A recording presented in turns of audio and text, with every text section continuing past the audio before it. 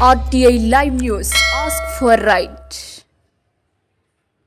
RTI Live News కి స్వాగతం.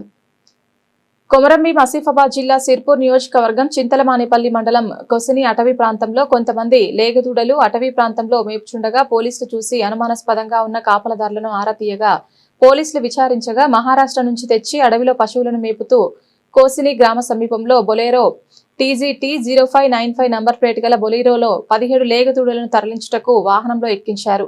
పోలీసులు వెంటనే అటవీ అధికారులకు బొలీరో ఉన్న 17 లేగదూడలను అప్పగించారు. అనంతరం అటవీ క్షేత్రాద్రి కార్యాలయంలో తరలించారు. ఇటు విషయంపై రేంజర్ ని సంప్రదించగా సానుకూలంగా స్పందించి విచారణ జరిపిన పిదప పూర్తి వివరాలు తెలియపరుస్తామని 17 లేగదూడలను మహారాష్ట్ర నుండి నిర్మల్ తరలిస్తున్నట్లు పేర్కొన్నారు.